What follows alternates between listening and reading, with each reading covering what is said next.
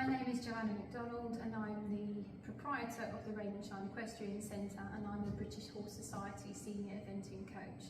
It is my decision to determine how much body weight of a human being each horse in my centre can carry. This is a very topical issue and it's one that's very personal to each human being, because we can all struggle with our weight and we can take it very personally if we are told by a centre or by an individual that we are of too great a mass to ride a particular horse. So I'd like to talk about the considerations behind determining what our horses can carry. It has been well documented that horses carrying between 20% of their body mass and 30% of their body mass show signs of stress and what we call negative conflict behaviours. Negative conflict behaviours are a horse saying, no, I can't do this, this is too much for me, this question is too difficult. Horses will say this to you by, could be swishing its tail, it could be putting its ears back, it could be raising its head, and it can go all the way to extreme behaviours which put riders in danger and threaten the health and safety and welfare of riders. If a horse shoots off or bucks the rider because they cannot simply manage at all the weight being put upon them. For the health and safety of riders and the welfare of horses, I must determine what is right for each horse. And there is no one blanket answer that a horse of 500 kilos can therefore carry X. A horse of 700 kilos can therefore carry X. It doesn't work like that, and I would like to explain to you why that is. I weigh, without my clothes, 50 kilos.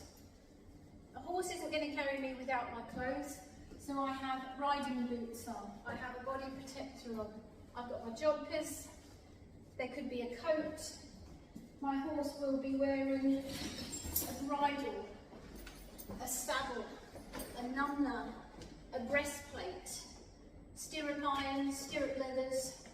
So my 50 kilos now comes out at 67 kilos. So is this the true weight of what the horse is carrying? Just my clothing, my tack, is not the true weight of what the horse will carry, because a consideration must be made for the horse's actual body weight himself. If I have a 550 kilo horse and he is overweight by 50 kilos, it doesn't mean he can carry more, it means he can carry less, because he is already carrying additional kilos that need to be factored back into the equation of what he's carrying. You may hear lots of people say, oh well, he is a very big horse, he's a very big cob, therefore he can carry more. If he is a very big horse through the nature of being overweight, it is wrong to believe that he would be able to carry more. That is incorrect. Additional weight on a horse stresses a horse's joints, stresses a horse's tendons. It doesn't mean they can carry more just because they weigh more. So you need to look at the whole horse and the whole picture. Now we weigh our horses on a weigh bridge so that we can get an accurate picture of what they weigh. Then we do a body score of our horses to work out if they are ideal, if they are overweight, or if they are underweight. We are looking for a body score of 3 or a 3+ to be in the ideal range. This is Rusty.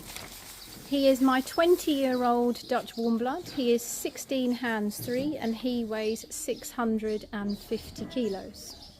One of the problems that Rusty has is that we'd never base what he could carry on his size alone. For this instance, we're looking at his age, because there is a frailty with older horses as he is now, so we are not as strong or as elastic as we were when we are much younger, but also he has a short back conformation, so this means we are limited as to how large a saddle he can actually comfortably carry in his carrying shelf, which must not extend beyond his 18th rib.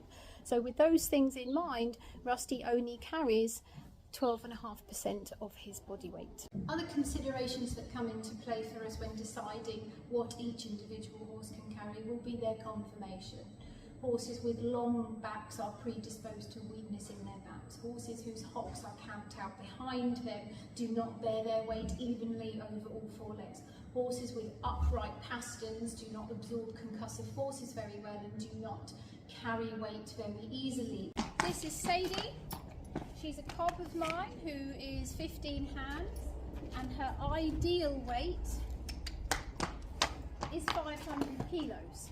At the moment she weighs 520 kilos because she has been out of work because she has been poorly. So those additional 20 kilos is something that we will factor into what she carries. She is carrying an extra amount of weight that we add into the rider. Our considerations in deciding what Sadie can carry is largely about her conformation. So Sadie has upright pasterns, and an upright shoulder do not absorb concussive forces very well. So she finds the weight of the rider very difficult to bear. Sadie cannot carry 20% of her body weight because she would find that very difficult. The other consideration you will have is the age of the horse. Very young horses struggle with carrying weight because they do not have developed balance themselves or developed education. This is Kingsgate Rua. He is my 4-year-old horse that I backed at 3.5 years old. Rua struggles with age-related balance issues and sometimes can't work out where his own feet are going. Because he struggles for his own balance, he needs a rider that is very light to help him learn where to place his legs. On the subject of condition, horses need to be in a good musculature developed condition in order to carry optimum weights. So a horse in soft condition that is unfit is not going to carry very easily. His longissimus dorsi across his back and his latissimus dorsi, where my bottom goes, are not developed for carrying weight. So basing what he could carry on his size and his weight at 17 hands would be incorrect.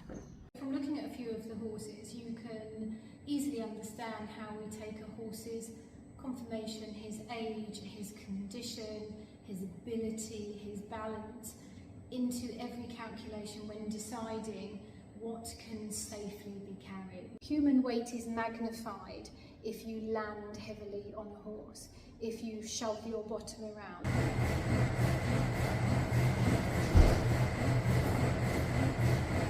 Our Racehood eventing simulator is an amazing rapid progression tool that we use, and it was able to just show how much excessive force that I added onto the horse's back here once I started being unable to manage my rising and falling weight.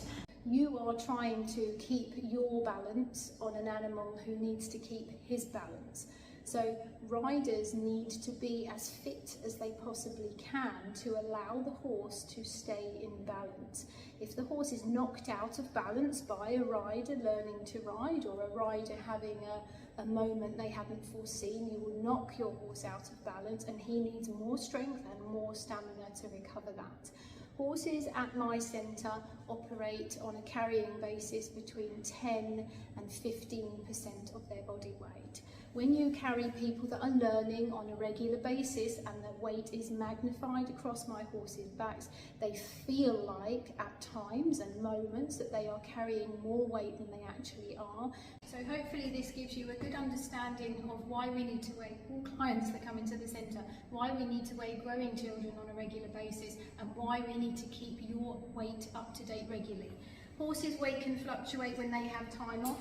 Humans' weight can fluctuate, and we all know that our weight can go up and down. It is very important for your safety and the welfare of our horses that they are not carrying above what they are happy to do so in considerations for their whole lives, their build, their age, their balance, and that we don't ask them to carry more than they can safely do so.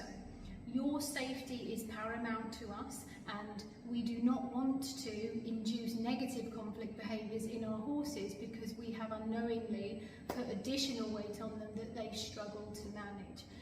At the end of the day, we are talking about living, breathing creatures. They don't have a voice, they can only say no through their body language. It is up to us to listen and to pay attention and to always prioritise the welfare of our dependent animals.